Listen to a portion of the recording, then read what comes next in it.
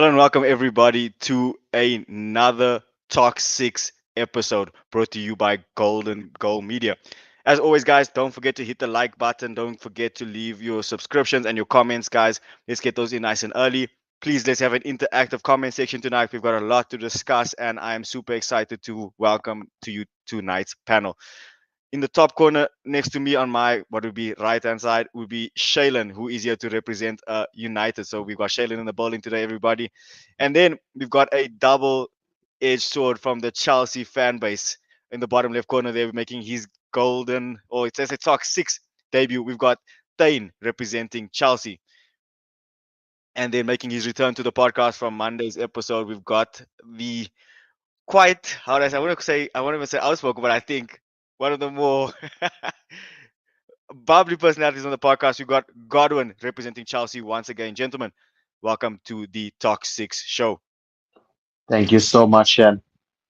What's up, guys? What's up? Hope everybody's good. In the comments, guys, hope all the viewers are doing good. Look, we've got a lot of football to discuss, and I think no better place than to start at Old Trafford. We're obviously talking about Spurs or United hosting Spurs on Sunday. That's the key fixture of the weekend, or should I say the big fixture of the weekend, looking at just the two teams involved. United coming off a frustrating 1-all draw against FC Twente in the Europa League, and then Spurs come winning comfortably actually yesterday in a 3-0 win in the Europa League, even though being down to 10 men. So we're going to bring the question straight to the United representative on the show. Shaylin, do you think Ten Hag and United can pull another rabbit out of the hat, or do you think we'll see Spurs and Postecoglou just pile on the pressure at Old Trafford? Thanks, Shan. Without a doubt, you know what? I have nothing but faith in my team. And even though it wasn't the best of results against FC Twente, but you know what? As I always say, we got to pick our heads up and go again. Choose the right team, and besides just choosing the right team, Ten Hag can only do a certain amount, right? He chooses the team goes out to play. They need to learn to play together and get that win needed. You know what I mean? With that good chemistry, with that good outplay and tactics, and with the right tactics in place, we can definitely get the win over Spurs. Not to disrespect Spurs or anything, even though they're shit, but um,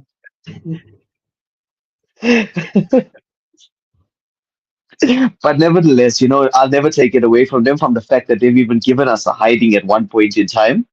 So you never know what they are capable of. They do have an all right squad, but they just also lack a bit of consistency as well. But nevertheless, nothing but respect to them. I hope that United pick up off that slack and really get back to winning ways. 100%, Budi, 100%. And I think, I've been looking all over social media, and there's a lot of pressure, a lot of questions being put on the team, being put on the manager. Do you think that, a win in this kind of game can just maybe turn the tide for United, or you think this is what Ten Hag tends to do? When there's a bit of pressure, Mm, he'll win against Liverpool, or he'll win an FA Cup. mm, And that's all due respect to Ten Hag. I do think he's a decent manager. I just think somewhere along the line he's like not stuck to his principles. And I think that's what's ultimately shooting him in the foot. I yes. think United are such a big club, and the pressure is really big. But I think if and maybe Ten Hag will do it, maybe that's why he's just sticking to his guns. Hoping that and just giving it time. I think in football we don't give managers time, we don't give players time. We live in such a world where we want instant results, and sometimes look with as United, you might say it's Ten Hag's third season, but this is the first season under the new Ineos regime where they've done things differently. The club they're trying to change things. Um, Yes. I actually want to just move on. I want to speak to Godwin actually because on the last pod, Godwin was saying, listen, United are like out of the top six, are probably not are the worst. And Godwin, after the result in midweek, do you stick by those sentiments, or do you think United might just show a different face against Spurs come the weekend? I 100% stick to my sentiments that I said on Monday. Hmm. Um, the Europa League game didn't really show us much, in my opinion. I still feel United lack identity. They don't know what they're doing going forward. FC 20 or where were they from? Belgium, if I'm not mistaken. No, is it? Uh, Can someone help me out where they're from? Netherlands. Netherlands. Netherlands. Are Yeah, Netherlands a yeah. top? Is the Eredivisie a top five league in Europe? Now Eredivisie is probably like top It's 10, not. but It's maybe exactly like it's no, not. 'cause- And to the best of my knowledge, 20 did not challenge for the league last year. Well, okay, they did, but like they in Europe, but they didn't. They went close to PSV and Feyenoord. So it just shows us that United lack identity going forward, and they don't really know what they're doing. So I 100% stick to my sentiments that Spurs will win. I don't know if I did say Spurs will win because I know that United in these kind of big games always tend to um, do some to sort of show up. miracles.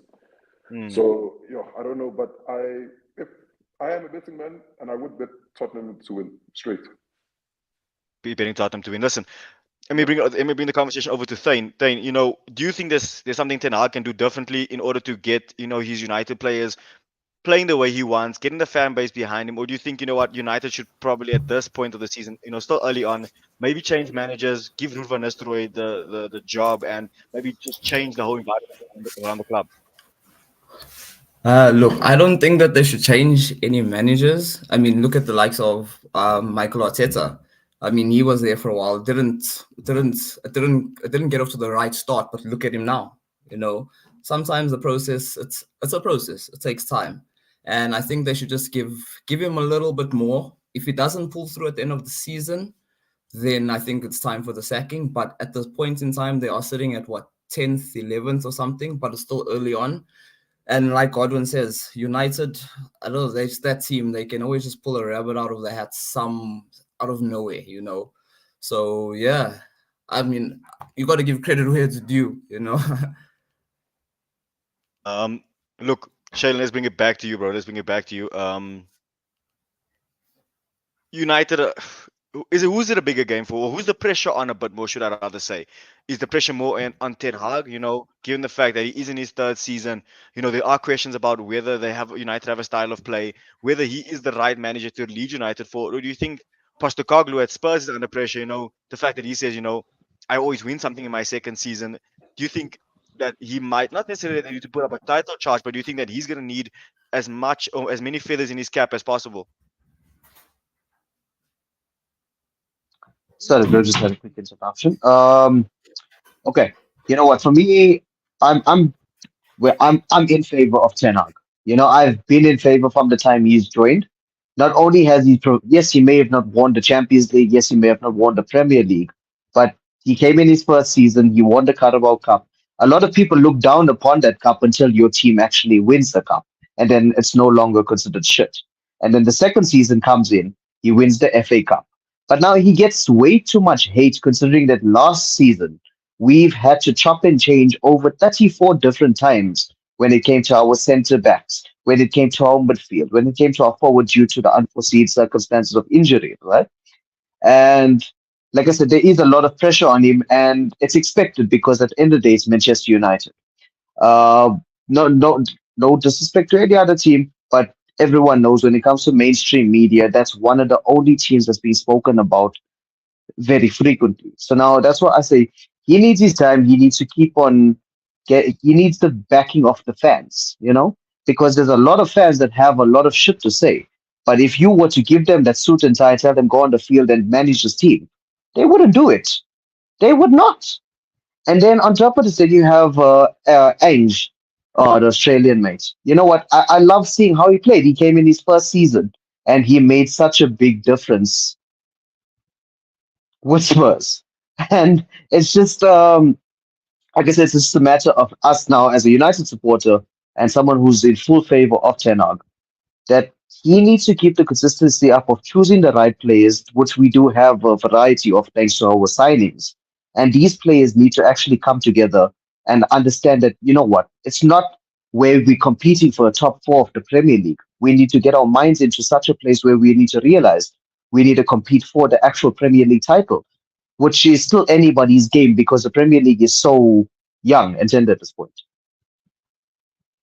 100%. So as we're hearing from Shailen there, he's saying Ten Hag needs to mount the title challenge. So let's go, let's go. What I do want to say though, a guy that's been getting a lot of flack from a lot of United fans in particular is Bruno Fernandes. You know, hate him, love him. You can't deny that he's a quality player. You maybe can't. his antics on the field maybe can be a bit annoying. Like if you've ever played soccer, even just here, and you played in South Africa and you played against Sporting like the club Sporting in the south, you will find like Tem Bruno Fernandes type of players. But it's just a Portuguese type of thing.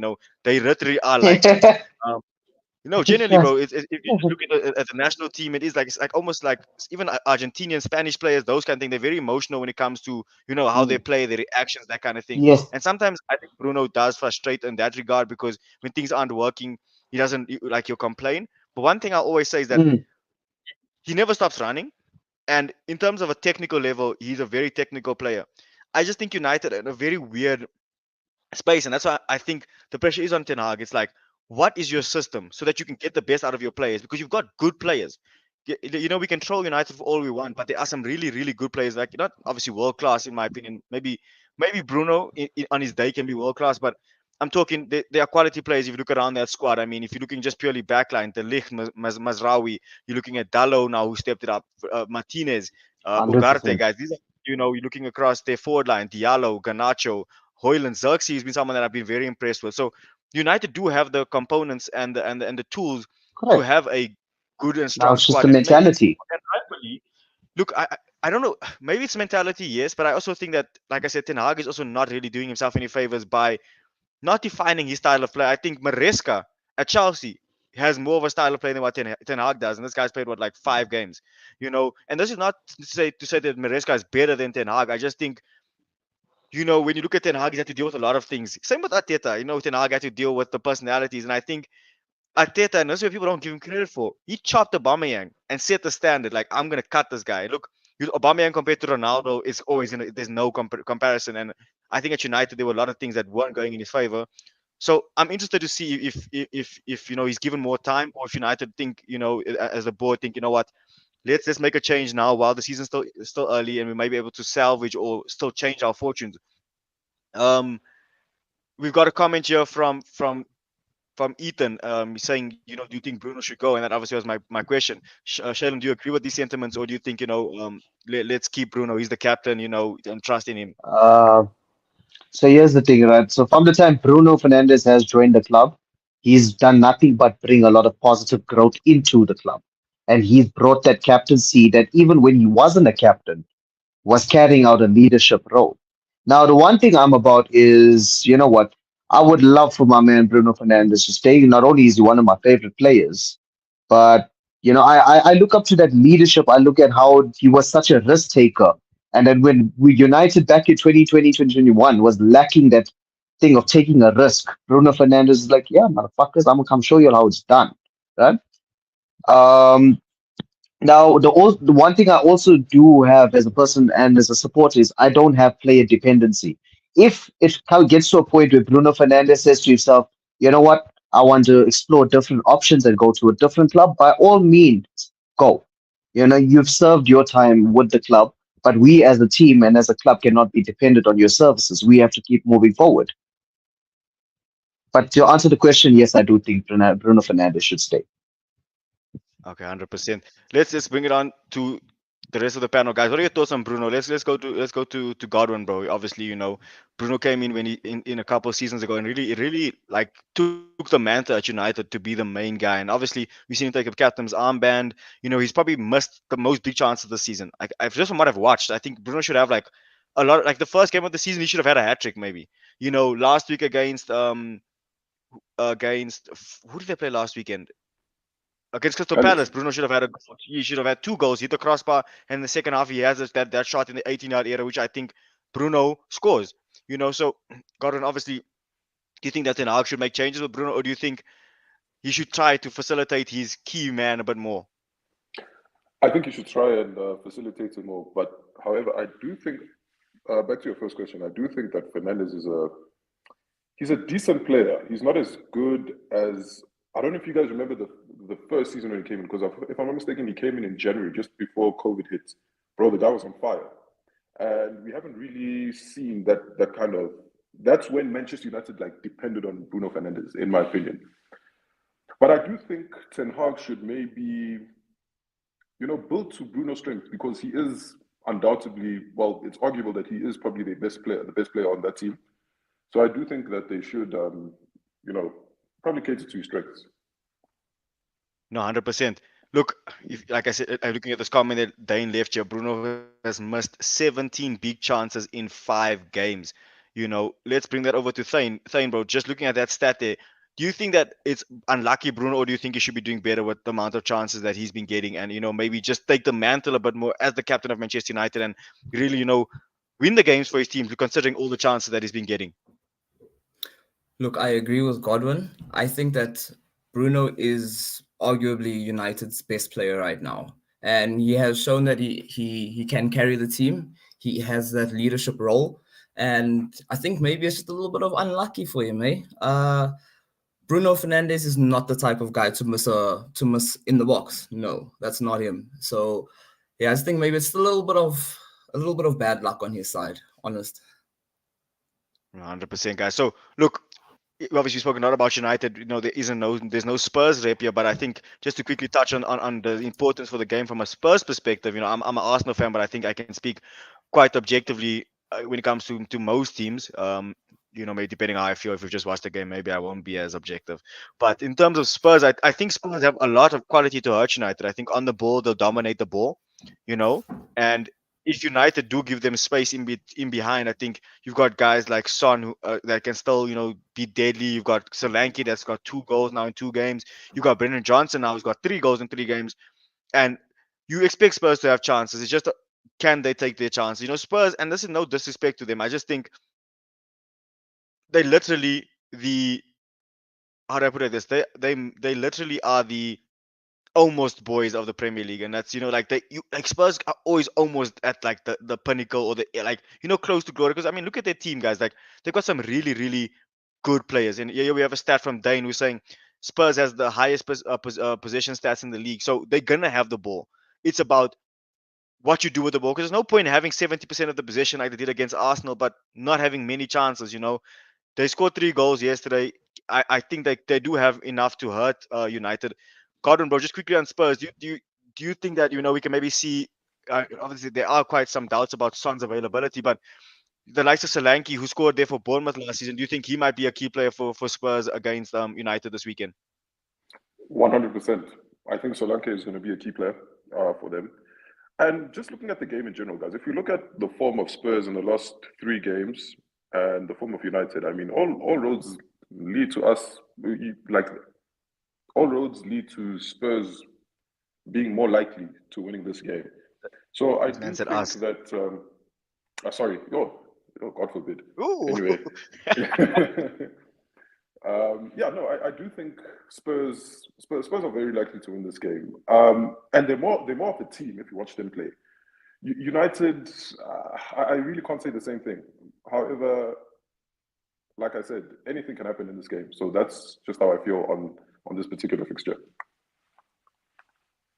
100%. So I think we've covered this fixture in depth. I think it's gonna be interesting fixture. Look, obviously both teams are not really close to the top. I just think points at this point in time will matter for each team. I think both teams are winning this game can do them a lot. I think United have quite a tough run Yeah. coming up in the next couple of games. And obviously with all due respect to Spurs, even I can say to myself as an Arsenal fan, even Chelsea, United are the biggest team in England, guys. United are the biggest team, so the pressure on them is always more. So I think a It's win always for going to be them will mounted on us. the win for them will do a lot for them in terms of confidence and in terms of how the fan base and everyone is feeling.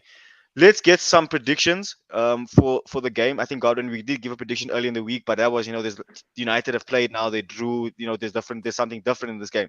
Spurs have won. Let's go to the United guy. We'll start with Shailen and Gordon will obviously come to you afterwards. Shailen, your thoughts for the game in terms of a score prediction. What you going for? I'm very confident that we're going to come through the win, so I'm going to say 3-1 United. Oof. 3-1 United. Shailen coming there with big chest. And I think, if you're gonna be a United fan, you're gonna wanna see a performance from your team. And I think that's the kind of Yeah, result definitely. that would get United fans behind Ten Hag and the team again. Godwin, 3-1 United. Do you share the same sentiments or is it Hell no? no. Hell no. 3-1 United. What world are we living in, Shayden? No. Nah. 2-1 Spurs. Quick and easy. Even no, 2-0 Spurs. 2-0 Spurs. Godwin going for a 2-0 away win. I think, if Spurs could get a result like that, especially keeping a clean sheet, because I think that's one of the biggest issues Spurs have is that they also give a lot of space. And I think they might hurt United, United might hurt them as well on the counter attack, especially with the high line that Ange likes to play. So if Spurs can win 2-0, I think it would say a lot from in terms of Ange and what he's maybe learned over the past couple of games. The highline thing, yes, it works, it's cool. But against Chelsea last season, they got absolutely destroyed. And everyone, it was such a weird thing. They got praised for that, and then Arteta gets hated for almost having a good defense. Like Ange, like lost like 5-2 because he went for it, and he says, "Mate," like everyone's like, "Oh yes, that's the spirit." And it's like, no, you guys just lost. Like at home, you lost like 5-2 at home. Bro, You know what I'm saying? You lost they like had five nine two. men. Okay, exact. But God, come on, bro. That's who They does had that. But what are nine we men, doing? Shannon. Come on. No, but what? Come on, bro. Like even if guys, if we were all playing FIFA now and If you go down to 10 men, you're not gonna do that. You know someone's gonna kick the ball let over me, the let, over the line, and it's a goal. Yo, God, can you hear me? yeah, Okay, cool. I thought you were saying something, bro. Um, yeah, I so can. But look, guys, Shannon, yes. they had nine men, No, and I I'm do not think disputing that, bro. that day, guys, if Spurs had 10 men, I think my Chelsea colleague over here can agree with me that if those guys had 11 men, we're going to lose that game. We were 100% going to lose that game. True, fair enough, but you didn't because they went down to 10. They went down to 9 men and did something like that. That's what I'm saying. I just don't like. But anyway, look, I said ultimately what I want to say is that if Spurs can come away with 2 goals and a clean sheet, I think that will just be quite a good result for them. And then Thane, let's get your prediction, bro. Spurs against United at Old Trafford. Are you going for a home win, away win, or are we looking at a stalemate? I I don't know. For some reason, I see this going 3-2. I mean, Solanke came off of a goal and an assist in the previous game. Madison was brilliant. So if they can just keep that, I see them beating United 3-2. So we're going for. So look, let's go across the panel so far. We've got a 3-1 home win for Shaylan for United. We've got a 2-0 away win from Godwin for Spurs, and then we've got a really looks like it would be a thrilling game and quite a close one. 3-2 for Spurs for Thane. My prediction, guys, I think I'm gonna go with Dane's prediction. Yeah, I'm gonna go 2-2. I think both teams will cancel each other out. I think United are good in defense, but I think if you just looked at the goals, they can see they're very open in midfield, especially. So if Spurs can use the transition well and be just like really use the possession well, I think they can score. But with Spurs having their high line, I think Rashford, this will be a game for him to really and Garnacho to really get on the score sheet and have an impact because of all the space that they'll have. So it's good. Like I said, guys, to round up the predictions for United versus Spurs, we've got myself with 2-2. We've got Thane with a 3-2 win for Spurs. Godwin with a 2-0 away win for Tottenham. And Shaylan, the United rep tonight, going with a big 3-1 result for the home side. Let us know your predictions in the comment section, guys. And obviously, we'll get to them a bit later. Let's move on to probably the other mouth-watering fixture of the weekend, which I think, in my opinion, in terms of quality, I think the this game that's going to be City against Newcastle, in my opinion, will be the better of the two games. Look, City after the game against Arsenal, there's been you just see you guys have all seen it online. There's the City point of view, the Arsenal point of view, and then there's the neutrals kind of thing. There's are City gonna struggle without Rodri, or are they gonna can Pep be the genius that he really is and formulate a plan? Looking at the next fixture, obviously they're playing away. Early kickoff, first game of the weekend at Newcastle, St James's Park. Look, guys, I'm gonna be straight up with you. I want a Newcastle win, and you guys know my reasons why. But at the same time, City are City. So when you expect them to be like, oh, this is when they're gonna slip up, or this is when you're gonna have them, they literally just show their champion mentality and talk about the 115 charges that you want to whatever. But on the field, those guys have been brilliant. Those Chargers, like they don't play football. They don't coach the team. They don't do the tactics. So I'm very intrigued to hear what everyone's thoughts are, in regards to tomorrow's game at St James's Park. Dane, bro, do you think that we could see Newcastle really maybe just hit another hammer blow to City with the news of Rodri by getting a win tomorrow, or do you think City will show us why they champions and come away with a 3 point at St James's Park? Man, talking about City, I think City will really. I think they'll walk all over Newcastle. Honestly, I mean, City are just too good. I hate to say it. I hate to say it, but they are just too good. They just know Pep has that team.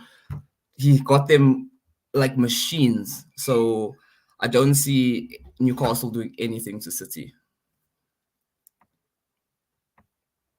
100%, bro. So you say you looking like that City can definitely get it done. Dane, just to answer your question about Godwin supports Chelsea, so we've got Dane and Godwin here representing Chelsea, and Shailen obviously representing United. I'm representing Arsenal for anyone that was wondering. In terms of the game tomorrow, I think you know Pep Guardiola did confirm that there's no De Bruyne, there's no Rodri. Obviously, for the rest of the season, De Bruyne, he didn't. I didn't see him saying when he'll be back, but he's missing tomorrow.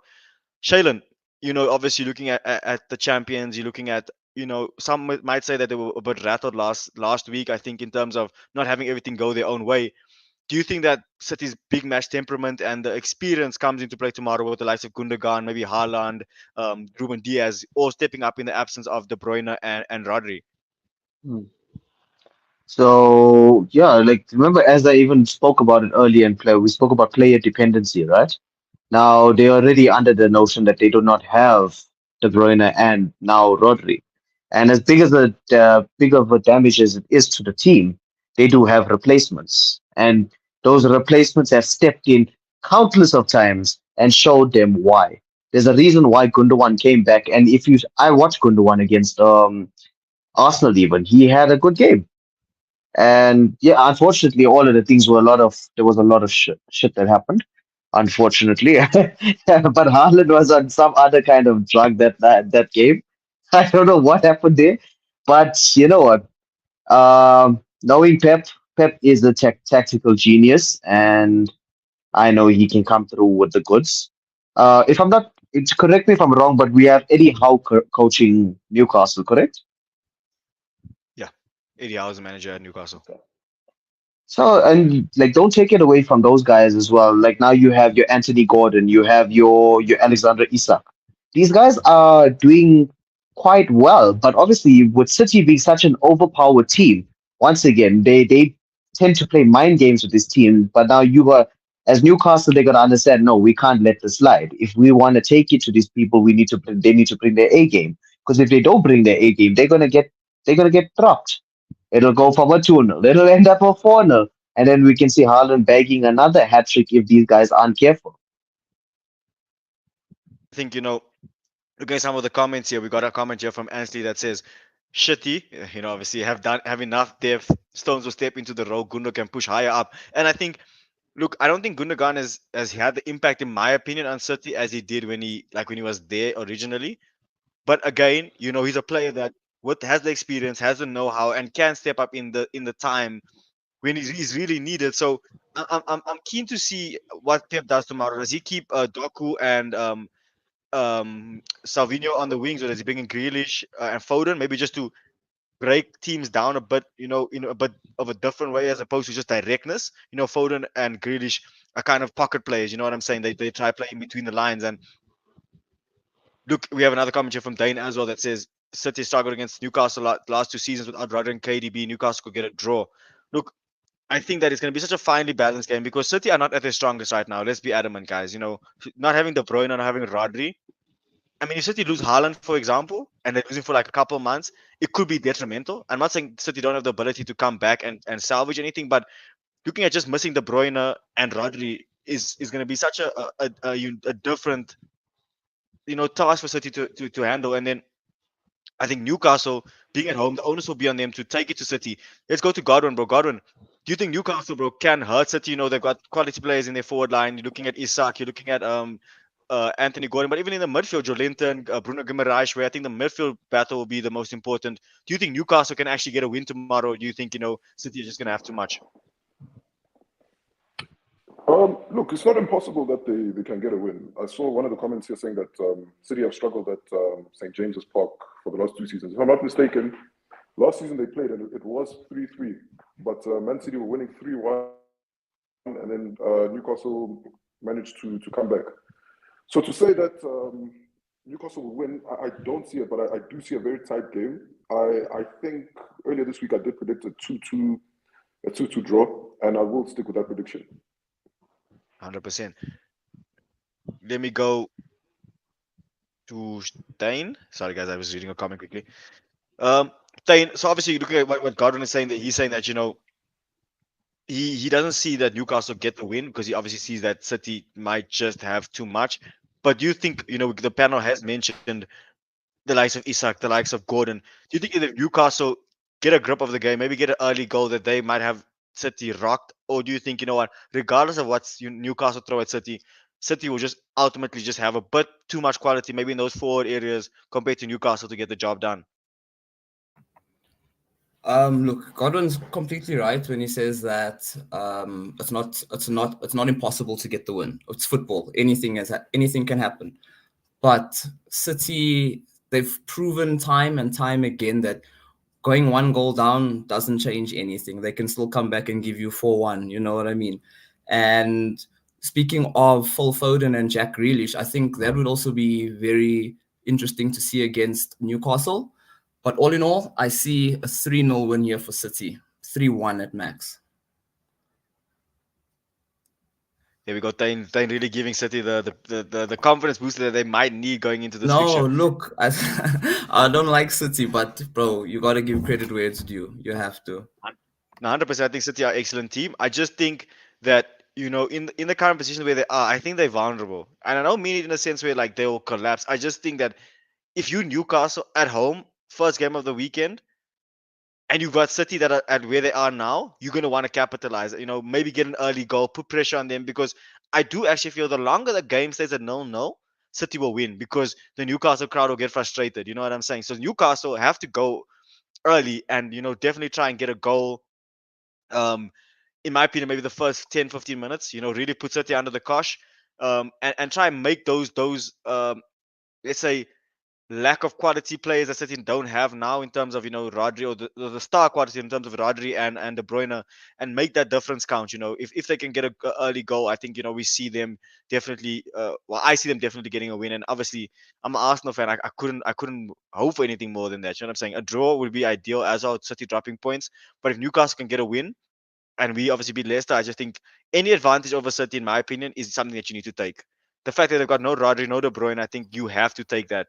Then you want to say something, But bro? they've still got Gundogan and they've still got Kovacic as well. No, So I mean, 100%. like, there's still quality there. There's still quality. God, Colin, not you. I see you in a jump, bro. Yes, brother. Guardiola can put you in that team and they'll still win. That's how good that system is, my brother.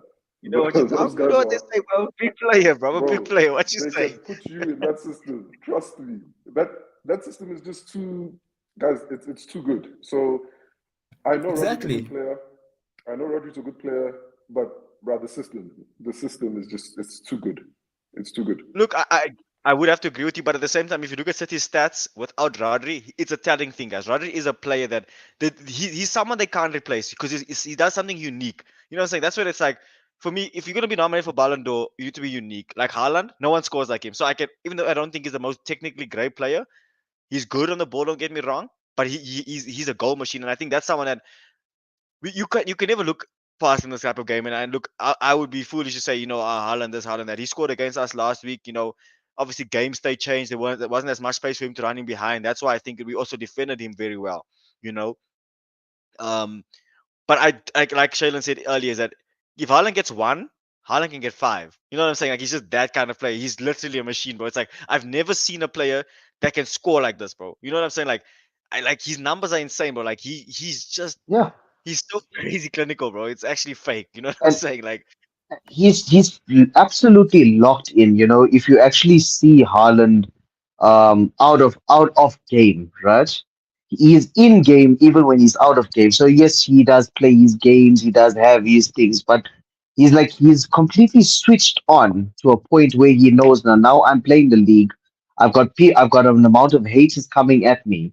I've already come in my first two seasons and done sin. So obviously, as the season progresses, and him being only 24, he wants to constantly show these people that you know what, I'm gonna come here and I'm gonna make it count. And has he been doing that? That's the no, stats 100%. talk for themselves. 100%. I think Haaland is someone that if you're Newcastle, you're gonna be definitely a bit worried about. But Let's look at some of the comments here. We got Dane giving his prediction. I think we'll go into ours now. He's saying he's thinking it'll be a 1-1 draw. I think that's about too low scoring for this kind of fixture with this kind of quality, in my opinion. I think yes, a draw is plausible, but I like Gordon said I can see another 3-3 easily. It's like both teams have that ability to score, and I don't think City are as strong defensively as they once were. I think City leak goals. I think this season they've conceded in almost all their games. You know, I think besides Inter Milan in the Carabao Cup. I mean, in the Champions League, they even conceded in the Carabao Cup And against Chelsea at Watford. Stamford Bridge. You know, you know what I'm saying? They didn't concede against Chelsea. Okay, fair enough. Cool. First game of the season, I think you can't really look too much into that. You know, looking at it now, I think if they play Chelsea tomorrow, they would concede. They would concede four again, like they did last season, in my opinion. You know, no facts, but I think City. And here's how I see it: City in the Premier League, right, and Arsenal. Arsenal have a better defense than City. I think midfield is balanced. I would slightly give it to City because I think their players are. I mean, not even say slightly. I'm talking shit. City have a better midfield. Like they've got Gundogan, they've got De Bruyne, bro. Like they got Rodri. I think Arsenal have a good level, and then in the forward line, I think they definitely are stronger because of Haaland. But I think if you take Haaland out, which is really an anomaly because there's no other striker like it, I think Saka's better than Doku.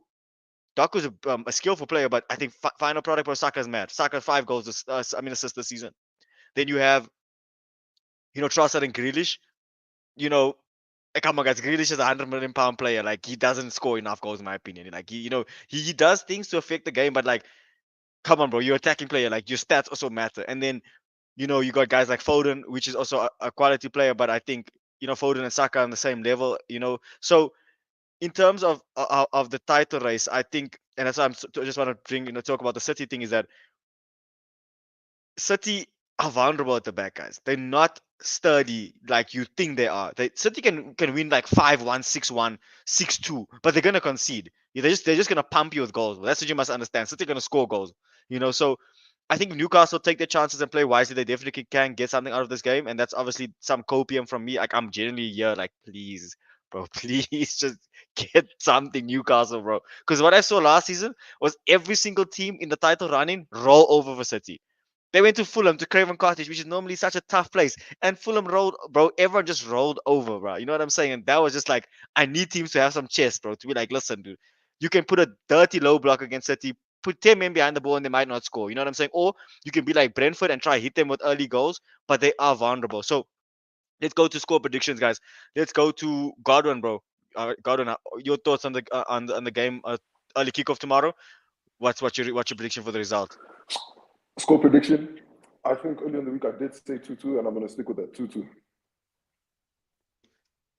That's perfect. Let's go to Shailen. Shailen, bro, you thinking Haaland can maybe bang another hat trick, or do you think Newcastle might have something up their Geordie sleeve for the citizens?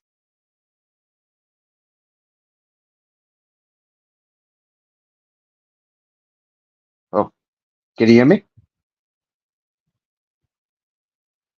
Yeah, so it's going to be a competitive match because Newcastle got that flair to them, but I'm still gonna stick with a 3-2 City.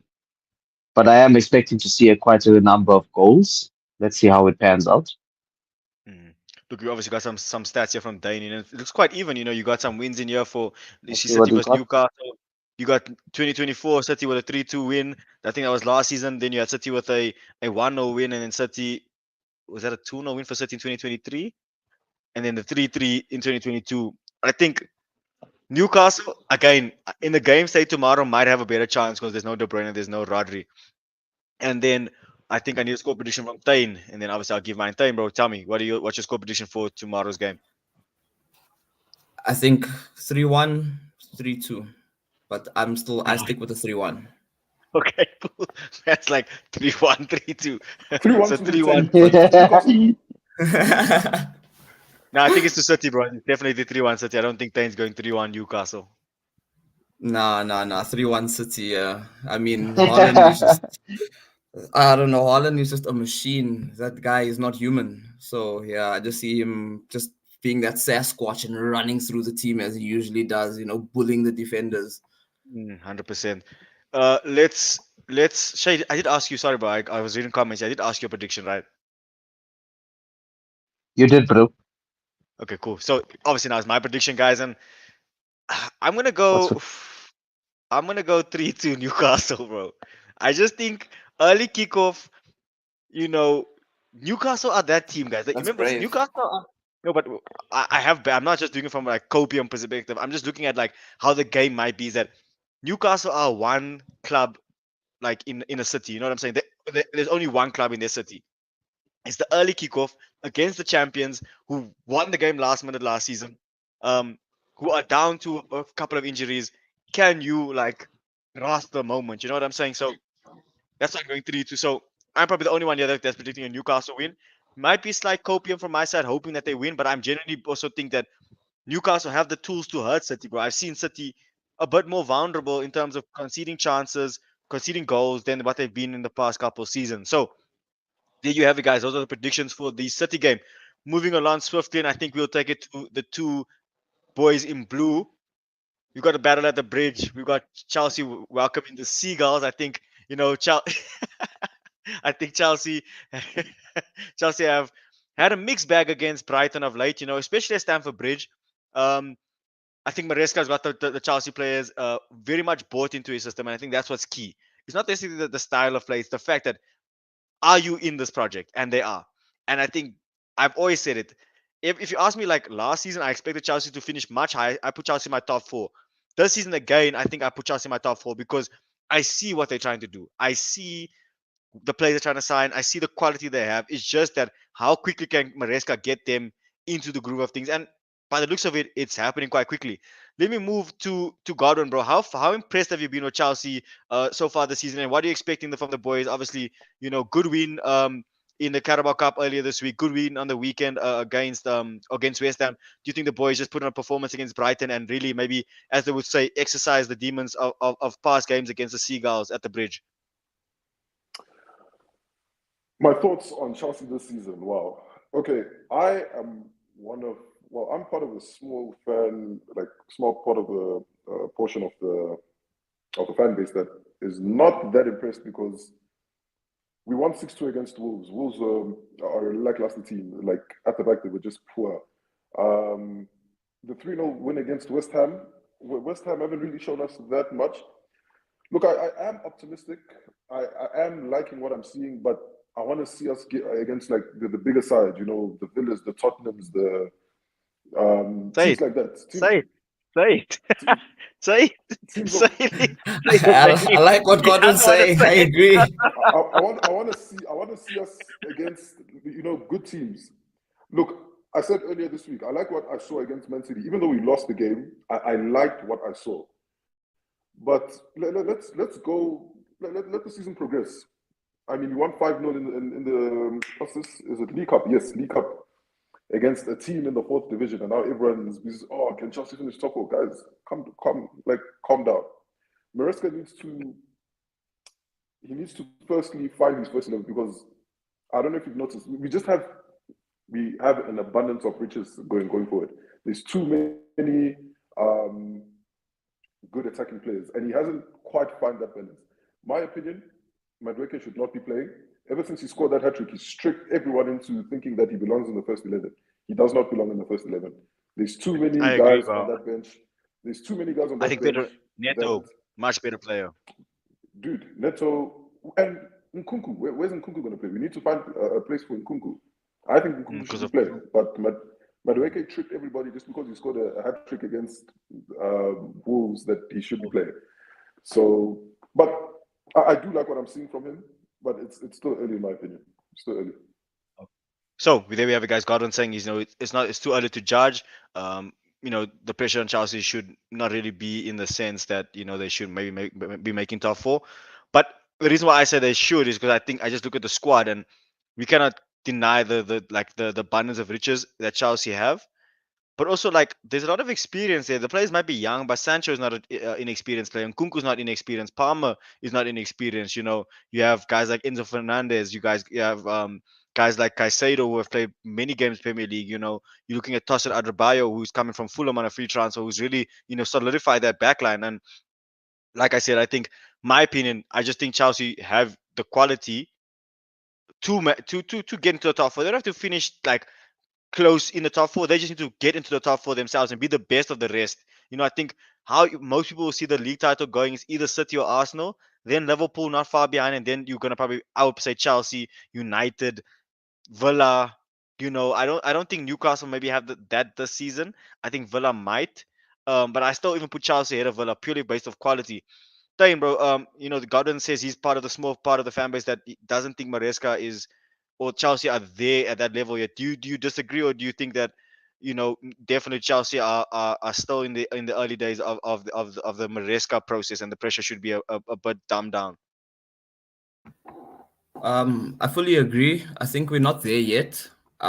They've showed good signs of quality. But yeah, I mean, right now we haven't faced a Man City. I mean, first game, like you said, we can't really count the first game. First game, okay, cool, we're in, but we haven't played Arsenal. We haven't played United. We haven't played yet. So let's get the boys up and running. And yeah, I think we could finish top four. I'd be skeptical, but maybe finish fifth. But you know what? It's better than last season. But yeah, I think Chelsea are looking much better than last season, and yeah, I'm all for it, man. And I agree with Dane. Nkunku is gonna ball. Nkunku is gonna ball this season. I hope so, because I had him in my fantasy team in the beginning of the season, and he just hasn't really done it. And then he did, and then I'm like, oh, now I need to put him back in. So I'm gonna give him a bit more time. But you know, Dane, do you Would you not play? think? Would you play Nkunku over Jackson? No, because I think Jackson he's playing well, bro. Like, continue playing him. You know what I'm saying? Like, guys, problem is Yeah, Haaland, 2 goals and and an like assist last game. exactly, like you see people like players like Haaland, players like Messi and Ronaldo. They make you think that level of consistency every player can do. It's not. Like, it's not every player can do that, bro. Remember, Jackson is still a young player. He used to be a winger at Villarreal. He actually had a really good season last season, guys. He scored 14 league goals. I don't know where this Jackson is a shit striker thing comes from. He's really not. He's quite good technically. He's quick. And I think I don't know, he's just unfairly judged because I think he's a Chelsea striker and they haven't been doing well in It's recent years. He's very But unlucky he, as well. it comes from 100%. people. Sorry, sorry. Yeah, sure. No, sure. You can go ahead, bro. Oh, I said this unfair judgment comes from people who can't pick the ball up, go on the field, and do what these players are doing because they don't understand the amount of effort, the amount of training, and amount of pressure they go through as a player and as well as a human. I mean, like as you said, Nicholas Jackson, 14 league goals last season. That was a lot more than a couple of my players even. Uh, Now this season he's already on fire again. So you see, he needs a bit of that time and a bit of support. Like now, obviously, now with Chelsea coming in with an entire starting 50, it's a little bit difficult if he gets one fall off because it's going There's a to lot of affect players. his game Yeah, time. 100%. But Yeah, Tane, I oh, just so actually want to ask you I something, was, bro. yeah, Sorry, but I should ask you something. At the point you made earlier, saying that Chelsea, need to do it against the big teams. If you look at Chelsea's results last season against some of the big teams, Chelsea weren't bad against the big teams last year. I think it's actually the smaller teams where Chelsea actually need to improve, and I think that's why I'm saying I think Chelsea are a lot better this season because you didn't win against Palace. I think Palace should have probably had a man sent off if we're being completely honest. But you're looking at the Palace game, you should have maybe gotten 3 points. You put Wolves to the sword, you put West Ham to the sword. You really did punish these teams, and against City, I think you had your chances. I think if this, like I said, if it's a couple games in, Chelsea maybe come out with a 2-2 draw, and that's why I think looking at tomorrow's game against Brighton, Brighton are a good team, but they're not a big team. But they somehow make Chelsea always struggle at the bridge, especially. They'll score a wonder goal. It's just how it is. Like I don't know, that's how Brighton have done it to Chelsea. So I think if Maresca can flip a lot of the results against the smaller teams and match last season's results against the big teams, Chelsea will definitely finish in the top four, in my opinion. Um, Gordon, let me bring it back to you, bro. I should ask you: is there any particular player that you're looking for or looking at tomorrow to really take charge of the game from a Chelsea perspective and get the 3 points for you guys?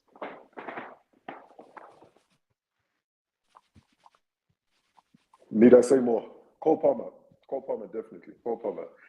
Although he's scored or and assisted this season, quite a few goals. Mm. But although he's been a bit quiet, even though he has scored and assisted, he has been a bit quiet. I don't know if maybe it's the fatigue from the Euros or too many games from last season, but I am Maybe he's expecting him just playing smarter, to you know. Sorry, but sorry. I was just saying yeah, maybe he's been but playing a bit smarter. You maybe know, he big player now. yeah, maybe he is playing a bit smarter, but he's the player that I am expecting a big performance from tomorrow, because he does tend to perform well against these middle these top middle teams. Against teams like a Brighton, I feel that he will come through tomorrow. But everyone must play well, bro. I'm not just saying Palmer. I'm expecting my whole team to play well. 100%. Mikhailo Let me Mudryk ask. too. Hey, Now he's hey, not getting Mudryk. anywhere Hey, near the thank team, you. buddy. Sorry, Yeah, that guy. he's not getting I think he's anywhere gonna near leave the in team. January. Yeah, he's gonna leave Yeah, in yeah, January. I can be think so shipped too, then, but to I be don't fair. want him to, man.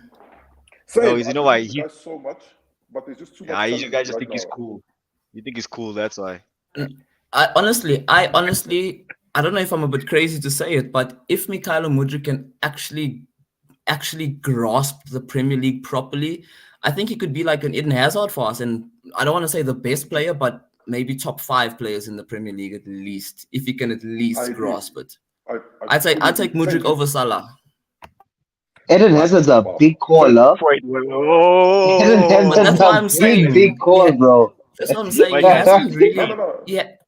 I don't know if you've seen like how Mudryk will run across the line. He'll get past his player, but then he'll just put in like some random cross, and you're just like, why would you cross the ball? His You know, like his end there's product, certain decisions he is makes shocking. that are not. Yeah, That's the it. final decision is a little bit shit. okay, cool. I get it. What over Let's not Salah?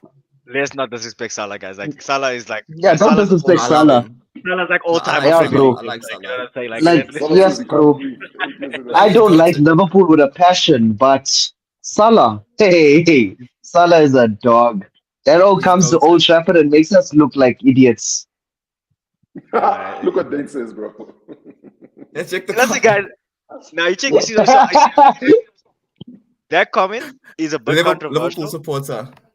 No, he's actually an Arsenal fan. But you know what, guys? In terms of if you look at span of like Salah, what he's done compared to Hazard, I think Hazard is a technically better player. Like Hazard is a better footballer. Yeah, But like being a better footballer and not having better stats doesn't necessarily make you the best, bro. Like you know what I'm saying? Like Salah, Yeah. he's a good technical player. He actually used to be a mad baller. Like he used to be like a Mudryk kind of dribbler, bro. Step overs and all that stuff. Mm. I think he just became a lot more of a modern winger.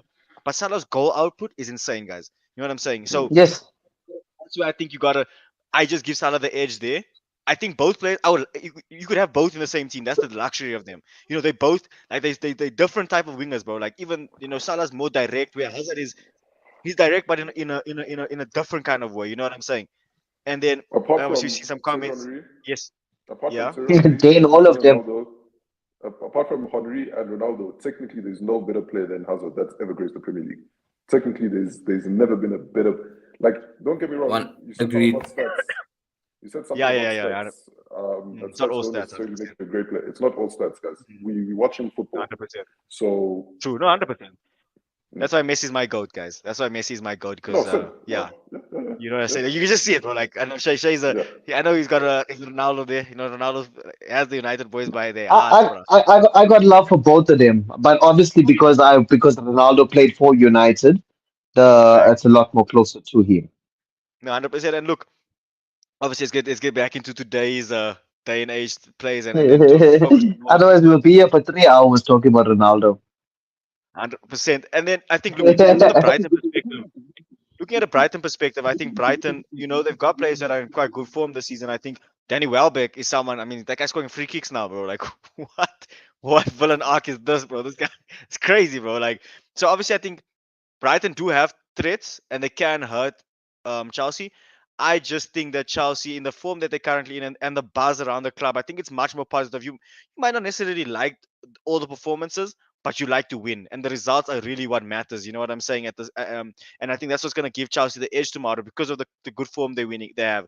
You're looking at a win in the Conference League.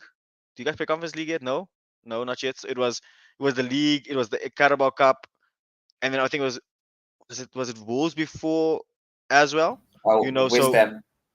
Bournemouth. it was yes, sorry, so it was Bournemouth, Bournemouth. West Ham, and Barrow. Is that the team? Yeah, it was Barrow, right? So you had two away games, tough away games. Got the maximum points. They got a really good convincing win at home, and I think you're probably gonna look at a Chelsea win, and I think it's very hard to look past it. Even though Brighton are a good team and in a good form, I just think Chelsea will have a bit too much for them.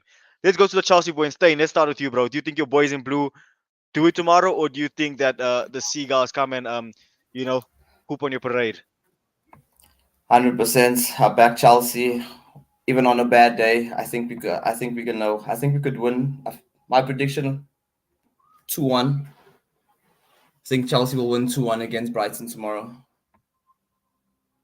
Because it will Hundred be a percent. We it got will be a See a tough good game. central It will be a performance. very hard game. I mean, Mitoma is flipping brilliant as well. I mean, that guy could also just come through and do damage. So it's gonna be tough. But yeah, 2-1. no 100%. Let, let's move on to Godwin. Godwin, but I know you really you back your team, bro. That's one thing I'll give you. I think that's why I think you and I tend to have a good rivalry when Arsenal and Chelsea play because there's no backing off here. There's no such. But just your thoughts on the game and your prediction, bro. Like you're going for a home win, obviously, or you may be thinking that Yeah. maybe Brighton just frustrate you guys again. No, like Ten said, I'll back Chelsea on a bad day. Um, I do think tomorrow will be an interesting game. I think we'll win the game 3-1. I think we'll win the game 3-1. However, I don't think it'll be easy. It's one of those games where it will be a draw to like maybe the 80th minute, and then we score two goals in the last 10 minutes. That's what I see because we just have too much going forward. So 3-1 Chelsea, Hundred inshallah. percent. So we're saying 3-1 Chelsea. So got 3-1 for Chelsea. Tane's going with a hard for 2-1. Shailen, your thoughts, bro? Do you think that the Seagulls can actually just maybe pull a rabbit out of the hat, or do you think you're going with the guys' predictions of a home win? Oh, it's gonna be a challenging game. I'm saying 1-1. 1-1 Chelsea 1-1. Brighton. Yeah. 100%. So Uh, like we've heard no, the no, predictions of the panel. So the teams yeah, are doing very well. Oh, sorry. The teams are doing very well, but I know when it comes to each other, also to Brighton is bloody good. And holding that back line once they get one goal, yo, those can park the bus. So yeah, that one is very. Think maybe we could see more goals. Maybe we could see a Jadon Sancho performance. Let's see what happens. so you say you're going for a 1-1, eh? Yeah, 1-1. Yeah. Look for me. I'm gonna go with Chelsea win. I'm gonna go 2-0 Chelsea. I know people might be like, oh, but Brighton have been scoring, but I just think Chelsea they'll put another solid performance in. Especially at home. Okay, no, 2-0 seems like I feel like I'm writing Brighton off a bit too easily, but no, I'm gonna stick with 2-0. I'm gonna go 2-0 Chelsea. I think they will get their win. So there you have it, guys. That's the predictions for the Chelsea game. We've got myself with a 2-0 home win for Chelsea, Shailen with a 1-1 draw, Thane with a hardly contested 2-1 performance or win shot, I'd say, for Chelsea, and Godwin going big there with a 3-1 win for Chelsea. Let us know your thoughts in the comments here. We've got Ethan saying that Chelsea will get a resounding 3-0 win. I think that'll make the Chelsea boys Sure. very, very happy. Dame predicting coming through with a 2-2 Chelsea draw. So, Shailen, you got someone that's agreeing with the theme that you're going, that both teams will cancel each other out. If you want to get in touch, just obviously leave your comments in the comment section, guys, and we will read them on the show. Moving on, we obviously now come to the Emirates Stadium. We have a fixture that I think Arsenal fans would look forward to. Obviously having a couple of tough away games over the past, past 2 weeks. Arsenal against Leicester, Saturday, 4 p.m. I think it only makes sense for me to kick it off, and I think I'm convinced we're gonna win. I'm gonna just put that statement out there immediately. I think we'll have too much for Leicester. I don't think that we need to be afraid of them. I think Vardy's always the type of player you'll be conscious of, but like guys, I don't think that our centre backs he came across like 5 years ago. Koscielny, Mertesacker, like Yeah. Gabriel and Saliba are not slow. They physical players. And I see us generally getting. I'm going to go 3-0 straight away. There's my prediction before we even get started. I'm going 3-0 Arsenal. I think home game. We saw it in the week. We're able to turn it on when we can. We won 5-1. Yes, it was Bolton. Don't get me wrong, guys. But we were in two different game stages. You saw against City when we had to park the bus, we were defensively solid. Against against Bolton, where you have the space and everything, you see what Arsenal can do. This you can see the quality players that we have, and you look at some of the youngsters that we have, and obviously that's actually someone I want to speak about. Well, there's two players I actually want to bring up to the panel. I want to start off obviously with Ethan Wanyeri. I don't know if you guys obviously saw some of the highlights from his game during the He week. got a brace. Debut, Brilliant little debut kid, game, 17 brace. years old. Yeah, 17 years old. No, really good player. I think very good technically. Um, so, Tain, if you were Arteta, do you think reward the young man with his performance by giving him a start on the weekend, or you think what, listen, kid, good performance, or but you still need to work a bit harder, earn it still. I would give him a start. Give him the start while he's flying high and he's just come off of a brace. He's in good confidence. 110%. I give him a start. Maybe he doesn't play the full game, but at least give him a start so he can get that that I like that. that sense of like, okay, I need to work to be a part of this team. And I think he put on such a good performance. I mean, for him, 17 years old to come and score a brace, I mean, big ups to him, honestly. Mm. 100%, 100%. Let's move it on to Shailen. Shailen, but like, do you agree with Tain there? Do you think Anieri gets a start over the well tomorrow, or do you think like like I suggested that maybe you know he put in a good effort and it was the Carabao Cup, but Mm. there are senior players that maybe deserve to be there based off longer performance, not just one good game. Shailen, what are your thoughts, bro? Mm. So initially, when you asked the question, I thought, no, you know what, start him off the bench. But then Thane said something that was so much more relatable. It's like, yeah, he's flying high. Give him a chance to showcase himself a little bit on the bigger and grander stage to like really show that, okay, now this is not Bolton, my chief. You need to, you need to now mentally prepare yourself for bigger and better if you want to play on the big stage. Now you give him that shot to say, okay, cool, you scored a brace here. Come on, show us what you can do. If you can create a couple chances, if you can score, even better. If you can assist, not too bad. But put him on, give him on. Even if he has to come on at halftime, if he has to come up in the 60th minute for Gabriel Jesus or whatever you name it. Sorry, just Wanyeri is the striker, correct? No, he's more of a midfielder. So he's like a pocket Midfielder, player, like a number 8, 10. Yeah, like a Odegaard, basically. yeah, basically, yeah. Okay, 100. Bring him on. As it is, you don't even have Erdegaard at this moment of time, so he'll be a good slot in. I mean, just to really you give the team a different energy. You know what I'm saying? Like I was initially against it until we had even Kobe Mado from like our team come and show us a different story and what the youngsters are doing. Now Wanyeti could be a prime example of Arsenal. So yeah, you give that man his start. If he does shit, then okay, you start him on the bench next game. Yeah, sorry guys, my connection was a bit terrible there. I kind of lost you there for a second. I hope you guys can hear me. So, no stress. What's the last thing you No, heard, no, cool. bro? No, cool. No, I basically heard what you said. About Wanyeri being in the moment. Give him his moment. You know what I'm saying? And I would agree because I think Leicester are gonna give us they're gonna give us the ball. They're gonna sit a bit back, so you're gonna need someone that's able to Yeah. break them down. And I think Trossard is a good player, but he's not a midfielder. Wanyeri just looks comfortable Yes. in that area, doing the Odegaard job. Like he's link up with Saka on the during the week. It looked like Odegaard was playing there. Like Saka had one of his better games. Yes, it was Bolton, but Saka was just playing better. You could just see the dynamic that was already there.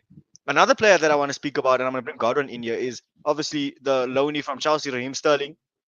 He got a goal on his first start for Arsenal, got an assist. Do you bring him in for his first Premier League start against Leicester, or do you think, what? Same with Waneri, it was only in the Carabao Cup against Bolton, or do you think, nah, what, this is Sterling at the end of the day, like we gotta respect the CV. No. I don't think that Sterling should get his start. Nor do I think the kid, what's his name, Yareri, should get his start. Uh, the kid is 17 years old, guys. This is the Premier League. This is different gravy. It's not Bolton. I do think if you want to play him, bring him on maybe for 15 minutes, 10 minutes. But I really liked what Shaden said. He used Kobe Mainoo as an example. So was his performance that good for you guys to be like to stick him straight in a Premier League game? We all know how important Premier League games are. You guys lost the league by 2 points last season. So all games count. You guys want to win every single game. So do you really want to take a young man and just throw him in the fire? I don't know.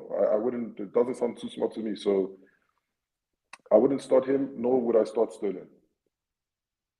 100%. So, I posed a question in my podcast yesterday with Dane. It's like, do you stick with Martinelli or maybe bring a Jesus in? And I said I would maybe I would I would bring Why has Sterling in Jesus purely because been frozen out, if I may? It it's seems not like necessarily Jesus being has been frozen. frozen out.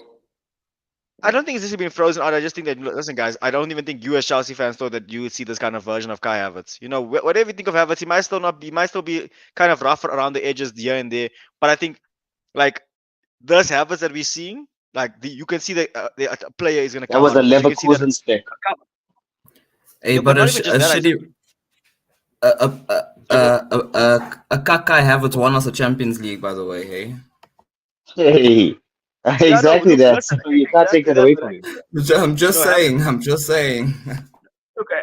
And then you look at Havertz. I mean, even last season against you guys, got 2 goals, got 2 good goals. I mean, he got a goal, some big goals for Arsenal last season, some late winners, and had some big performances as well. So I think I would bring Sterling in because I expect Leicester to not give us as much space. And with Martinelli, if the game is not stretched, he struggles to break down a defense. I think Sterling has something they call pauser, where it's like can get the ball, stop, and then immediately quickly go.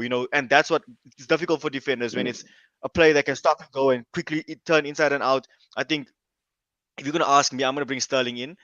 I don't think I would bring Wanieri because I also maybe agree with Godwin. It's like, what? Don't be funny, against Leicester and be like, okay, I'm gonna play him. But at the same time, I'm like, guys, this kid is good, bro. This kid played preseason against Liverpool. Like he's actually good, bro. It's not even like I'm trying to hype him and think to myself, you know what? I generally see that thinking he can have an impact on the game. Um, so we got a comment here from Dane saying Havertz has the third most goals in 2024 after Haaland and Palmer. Just shows you there that Havertz has really stepped his game up. Dane, bro. So sorry, I saw you had Yeah. something you wanted to mention. Uh, Yeah, I no, it was forgot me. my Oh, sorry. I forgot my train of thought now, man. Oh, sorry, bro. I Let me wanted go to to ask Godwin you, then. Shannon, Okay. as I wanted to Yes, ask you bro. as an Arsenal fan, would you put Havertz in the midfield instead of putting him as a forward? You know what? Now, here's the thing. I've seen Havertz play very well in the midfield when he kind of played with Jesus against Luton. Yes, it was Luton, but there was something about that interchange that was good. And even against West Ham last season when he won away from home, he he also played really well with Trossard in that game. So Havertz can play midfield. I just like the element that he gives us up front, and I think it's tough. Look, for example, I would maybe bring Jesus in this game because of the low block we're gonna get. We know Mm. he can Jesus can play in between the lines. I think Havertz running in behind can also be an asset tomorrow. So I don't think Havertz in the midfield is as bad as what people think. He's just not a midfielder that you think a midfielder should be. You know, he's very much a two touch kind of midfielder and making runs in behind. He's not there to dictate play, bro. If you think Havertz is a dictator of play, you're gonna be very disappointed and say he's a very bad midfielder. No, you need to understand the type of player Yeah. that you have. So do I play him in midfield? Only by force because I think at centre forward he's been playing good. Why would I like if it's not broken, don't fix it. You know what I'm saying? So that's just my thoughts. If I one last like. thing, You got it. I think that if Havertz maybe just hits the gym a bit and gets stronger, guys, then he's going to become a problem. He's going to become a problem I think because so too. I think as a centre forward. Sorry, Gordon. Sorry, he bro. just You're needs to saying. get he just needs to get a little bit stronger, in my opinion. Then he will, guys. That guy will he'll be a menace for the Premier League. I also think with Havertz as well. I think he just someone says when you say some plays when they shoot the ball, it's like a bullet. It's like a punch. It's loud. People say that like Havertz shoots is like whispers. You know what I'm saying? Like it's like he doesn't shoot with conviction, bro, and that's the issue I'm having. You know. Mm. He needs to give that ball a go. And I agree with Dane as well. Kai Havertz is better as a centre forward because I don't know if you remember when Thomas Tuchel was still there. He used to try playing him out on the wing and try playing him in the mid, and it never used to work out. But whenever Kai Havertz would Workout. play in the front, it would work out. Maybe he wouldn't. I mean, maybe he wasn't as prolific as like an Erling Haaland or anything, but for what he was producing, it was quality. But I still Yeah, agree Yeah. no, with I agree. Shay. I mean, I still agree with Shannon. I mean, Mikel Arteta did get the best out of Kai Havertz. I mean, Mm. fair enough. Look, if I was a coach, I personally would play Havertz behind the striker, guys. I don't know why. I just see him as that kind of player. Exactly. That's he what I say. When seems he's he up seems front, more dude, he can mm, do good. he seems more creative than he is better at finishing. I could be wrong, but well, clearly I am wrong because I mean he has the goals to prove it, to back it up. So yeah. Oh, we lost the guys. Yeah, I think we lost Shannon, but he'll be back soon, I'm sure. Yeah, we lost Shannon. Yeah, I think he would appreciate if we were to give our predictions. And then when he comes back, he'll just give his prediction. All right. Yeah. Yeah, Shayla, you start. Okay. Sheesh. Now I'm saying Arsenal with a 2-0 winner. Arsenal got it in the bag. You know what? They've been very consistent and they can really carry that team through. The only thing is every other team that supports any team and they know Arsenal, their Arsenal's worst enemy is themselves. They Yeah, can either make it or break agreed. it for themselves. True. They can either go on and they can literally, if they continuously play as a team and actually play for the win, you can see them bag another invincible, which is highly possible. But then they start doing their own shit, and then it's game over. I think Well, Mr. mentioning Chelsea Man United Invincibles, trophy. I don't think they'll ever achieve that again. I mean, City Yeah. even dude, The way City the what Premier League is, yeah. exactly. Gents, I mean, I'm City so did the sorry. unachievable. Yeah, we're Nah, just about Okay, to you stop back. predicting You're Shannon. back. Don't worry, we're good. Yeah, sorry. Yeah, that was Wi-Fi cut. That was so bad. So don't sorry. stress. Where was I? Like I said, I was just speaking about we were speaking about bringing Jesus in like earlier. Just quickly to round off on the Arsenal topic is that I would bring him in because I think him and Havertz can link up, but at the same time, like I think Waneri. If you're looking at form, like look, Jesus he's come back from an injury. He's finding his form. And Waneri, I think he like I said, he looks assured in this team. He doesn't look out of place. You even see like the players trust him, guys. You know when you see a young player getting the balls off and he does, there's trust. It's not they're not giving him the ball just saying, oh, couple of touches, give it back to me. They're saying, yeah, do your thing. So I'm really keen to see what Arteta does. Knowing Arteta though, he's not starting, so I'm making peace with that. I do think he'll start Sterling though. I think Sterling even not, I still don't think he'll start Sterling either. So Godwin, I think I'm gonna agree with you, but I think Arteta probably goes with an unchanged team. I am hoping that we can, really round off a good Oh, couple of games just with this a big win tomorrow. Sorry, then you can have your goal, bro. no, I actually wanted to ask. I mean, speaking of young players, what about that goalkeeper, Jack Porter? I mean, Y- 16, Yeah, no, look, I 16. think that Look, was it more was, of a yes, form Come thing. on, come on, Tay. This is yeah, a but Premier League, bro. Premier nah, League, that's what I was brother. gonna ask. So my next question was gonna be, do you think in like the near future or something that this is the next guy at Arsenal? I mean, Who ki- Waneri. no, Jack No, the keeper. Porter, the Jack goalkeeper, Porter. 16-year-old. Look, the keeper. Like the only problem with the keeper is guys like David Raya just signed at the beginning of the season. He was on loan last season, signed now. Raya's in the form of his life. You have a player like Neto from Bournemouth who's very experienced, and I think that's the type of like I'm not here to experiment. I said I agree with Godwin. The only reason I'm playing Waneri is because I actually think he's ready. Jack, nah, bro. Keeper is you have No, to like keeper is a really confident and like it's a very important role in the squad. If your keeper's not good, bro, and your keeper's shaky, it's not, especially for a Mm, title challenging team, it's not a good look. That's why I think he had to bring Neto in because I don't think he trusted Ramsdale anymore. Fans weren't really comfortable, and that's why I think with Neto, he's an experienced keeper. He's won stuff at Barcelona, won stuff at Juventus. He's a captain of Bournemouth. He's 33. It makes sense. You know what I'm saying? So Maneri and Miles Lewis Kelly are the two players that I want to see in and around the first team for Arsenal in terms of our youngsters this season. I don't want to see too many. I want us to use the squad that we have and the experienced players need to step up for us. Um, Look, guys, we currently at hour 15. I wanted to quickly just move over to Liverpool, but let's just do score predictions quickly. I did give my prediction of 3-0 home win to Arsenal. Shailen, are you going for a 2-0 home home win win. or 2-0 home win for 2-0 Arsenal? home win to Arsenal. 100%. So we got 3-0 from me, 2-0 from Shailen. Tain, your thoughts, bro? What are your thoughts? Arsenal Leicester tomorrow. agreed. I think a 2-0 for Arsenal.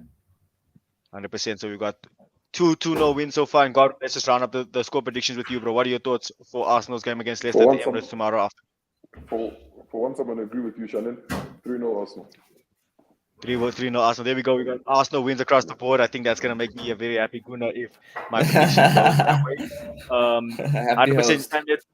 Yes, bro, 100%. Let's move on quickly to the last fixture of the that's involving the TOX-6 teams, which is obviously Wolverhampton Wanderers welcoming Liverpool to Molineux Stadium tomorrow afternoon. Obviously, guys, on his slot, just like Maresca, a new ball-handed manager for Arteta to compete with. He's really battling the dark arts here. Um, and I've been very impressed with Liverpool and Slot. I think they look ruthless. They're scoring a lot of goals. They're not really conceding.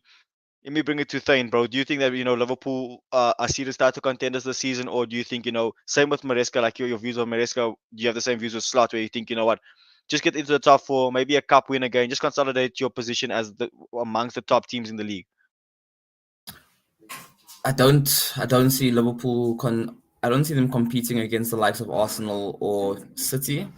Look, maybe a top four, but look, it's the manager's first season as well. I mean, Jurgen Klopp just left. He's still working, he's still got to put together his team. I mean, they've been doing well. I mean, they're sitting on what, I think 13 points as well, or 12 points, something like that, which is also good. So yeah, we'll see how Liverpool do, but I don't see them competing, no.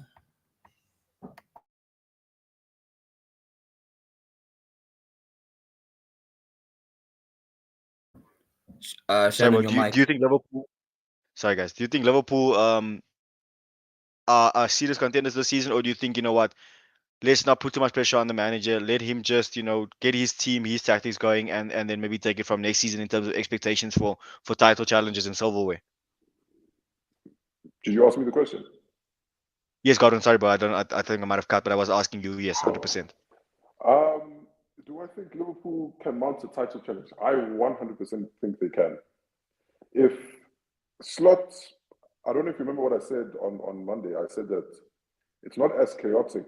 The style of play is not as chaotic as how it was under Klopp. Klopp just running up and down.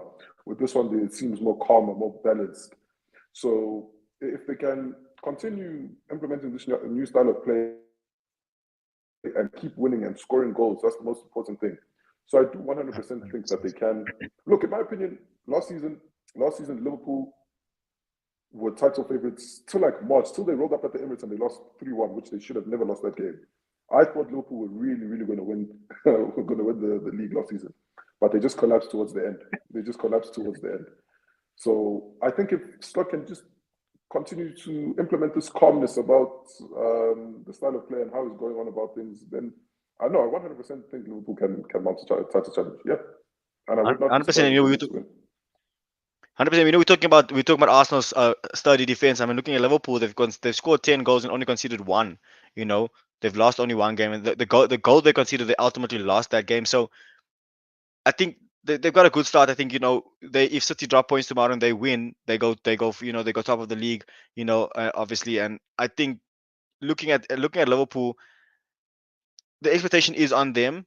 I still think to be within a title challenge. I don't think they need to necessarily win it, but I do think that they need to mount one because they've got the players to do it. They've got a good manager. The players are experienced. I actually should not, bring it to Shaylan. I know it probably pains you to have to praise Liverpool.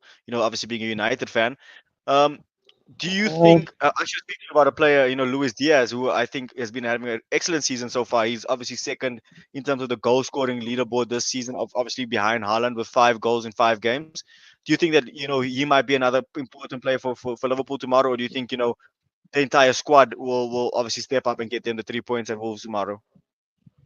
oh no, you know what? Don't take it away from Luis Diaz. He's once again also came to Old Trafford and showed us dirt. So, I would not put it against him to literally come through with a banging performance, him and Salah, because they play very, very well together. Um, not to stop it, not to mention that, you know what, Liverpool does have a very good squad. Rivalry aside, there's just nothing but respect, especially when you think back to when they won the Premier League back in COVID, right? You gotta just put that hate aside and literally say, you know what, no. show this, give the team their flowers, and shit. As much as it pains me, yes, you're right to an extent. Where like, hey, sometimes you're hoping Liverpool loses, but if they win, you're just like, you know what? It is what it is. But well, what I do believe is no, the squad could come through. But don't take it away from Wolves. Yes, Wolves are known as the table toppers. One of the very few crucial table toppers that can really set Liverpool alight. No, 100%. I think they actually beat Liverpool last season, if I'm not mistaken. I think they might have beat Liverpool. Yeah. Let me just double check here. Um, just sorry, guys. I'm just checking. I just see the passes out here. I'm just checking quickly. So that was in May. Uh, okay, let's see more. Ah, wait. Anyways, I've come back there, but like I said, Sheldon, I have to agree with you. I think, I think Wolves definitely have the potential to hurt Liverpool, but I think Liverpool will have way too much for them. I think Liverpool will, Yeah. Currently they with will Wolves' definitely, performances too. yeah, yeah, they will. I just think Liverpool, bro. Liverpool are good, bro. Like you can't even hate. You know, they're a very solid team. Like Gordon was mentioning, they look more assured. They're like they look. The scary thing is they look like they can still score of like Liverpool of old, but they look like they're not going to concede as many chances because they don't leave themselves so open, and the game is not Yes. so heavy metal. Tain, bro, I see you. I think you wanted to say something. Floor is yours, bro. No, I just wanted to agree with you, and I just literally just wanted to agree and say, like, you can't take it away from Liverpool. I mean, they have been good, and they look like the same team that Jurgen Klopp left behind. Like, it didn't even seem like there was even a change of management there. Luis Diaz has been brilliant. Just can't wait to see the rest of Mo Salah as well. To be honest, 100%. I think looking at this, just speaking about Salah, we talking about earlier. I think if Liverpool are going to mount a title challenge, they're going to need Salah and Van Dijk and Trent and the old guard in per se to really get them over the line. I think it's not necessarily the players of today. Maybe Diaz, Gakpo, maybe contribute Jota, but I think ultimately, if you're a Liverpool fan, you're looking at Trent, looking at Allison, looking at Van Dijk, and you're looking at Mo Salah to lead you to a title challenge.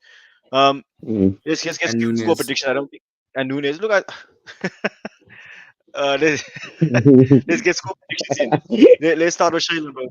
Shailen, obviously uh, we got Wolves versus Liverpool tomorrow, bro. What's your score prediction? I don't know, but I for some reason feel like Wolves is gonna come through with a young table topper. So I'm saying 2-1 Wolves. Wow. Hmm. Wow. Yeah, yes, Gordon. I'm shocked in that result too. Listen, like I said, everyone's entitled to their opinion, and this is football. Let's see what happens. The stranger things have happened in this game. Gordon, I think you don't agree with Shailen there. So your thoughts, but what is your prediction for tomorrow's game, Liverpool against Wolves at Molineux? Look, I'm going off. I played Wolves. Well, Chelsea played Wolves earlier this season, and guys, that defense is putrid. It is shambolic. Mm. And if we can put six past Wolves, I mean, okay, I want to say 5-0 Liverpool, guys. Like 5-0 Liverpool. But guys, that defense is putrid. No, They're going down. Them, I kind of hear Everton, you, bro. I and kind of hear you on that. if we put six past Wolves, guys, trust me, Liverpool minimum four. Okay, let me be conservative. 4-0 Liverpool. For Liverpool, so we got a 2-1. That's such complete contrast, like how people are seeing the game. Shailen's hoping for tabletoping Liverpool. I think that's the United in him, just hoping Liverpool maybe lose in the same weekend that they win. Godwin, I think he's probably going for form and just genuinely just what you've been seeing from both teams. I think Wolves are leaky and Liverpool look like they can score. So you've got a 2-1 Wolves win for Shailen, a 4-0 away win for Liverpool from Godwin Tain. Let's see if you can break the even tie there between the two. I can't. I see 4-0. I see 4-0 as well. I mean, Epic. damn, look, Cody Gakpo was flipping brilliant as well. I mean, did you see his Mm. last game? He was on fire as well. So Yeah, he's had a good can't start to forget the season, had him. a good Euros. Mm. Jota, Salah, Diaz. I mean, yeah, it's Look, too much Nunes poison. got a 100%. You can laugh at Nunes, but that goal last week against Bournemouth was it Bournemouth? Yeah, Bournemouth. Really good goal. Took it So like a player with confidence. You would think he hasn't scored in a while. Exactly. So Liverpool do bring a lot of poison with them. So I think, yeah, and because we ran over them, and like Godwin says, I mean, it's been shambolic, like literally shambolic. So, yeah, I agree. 4-0. 4-0. 100%. So we got two 4-0 wins there from the Chelsea boys for Liverpool. We've got a 2-1 win for Gary O'Neill's Wolverhampton Wanderers from Shaylan. And I think I'm going to go with a 3-1 away win for Liverpool. I think Wolves will have chances. They probably will get a goal. But I think Liverpool are just going to have too much for them. I think Liverpool are a really good team at the moment. And I think Wolves aren't. But, yeah, I'm not even going to come with any copium here. I don't see it going any other way. So obviously there you guys have it. We've rounded up every single team's results. We've covered every single team in terms of what our predictions, what our thoughts on every team, guys. Let's not forget to hit the subscribe button. Not forget to like this video. It really does go a long way. And then obviously brings us to the end of today's video, guys. I hope you've all enjoyed it. Thank you so much for my guests for coming through. Thank you all for all the comments today. I think we had a lot of comments today, Gordon. I think if you look at it compared to Monday's show, a lot more comments from the from our guests and for people of viewing the video. Sorry, guys, I'm busy reading comments as well. Um, like I said, everybody that joined in, thank you very much for tuning in. Thank you for taking your time to spend this Friday evening with myself and the boys. Please catch us on Monday for the TOX-6 show. Obviously, we will be reviewing those past weekend's games. Let's not forget the run of fixtures we have this weekend. You've got the big fixture of the weekend. Man United hosting Tottenham Hotspur at Old Trafford on Sunday. Then you've got Pep Guardiola's City going all the way up north. Well, not all the way up north, actually still north because that's where, it's actually quite close, against Newcastle. And then we've got home games for Chelsea and Arsenal against Leicester and Brighton respectively, and then rounding it up, we've got Wolverhampton Wanderers welcoming Arnie Slot's Liverpool. So everybody, there we have it. This has been the Toxic Show. I'm your host Shannon, and there we have it.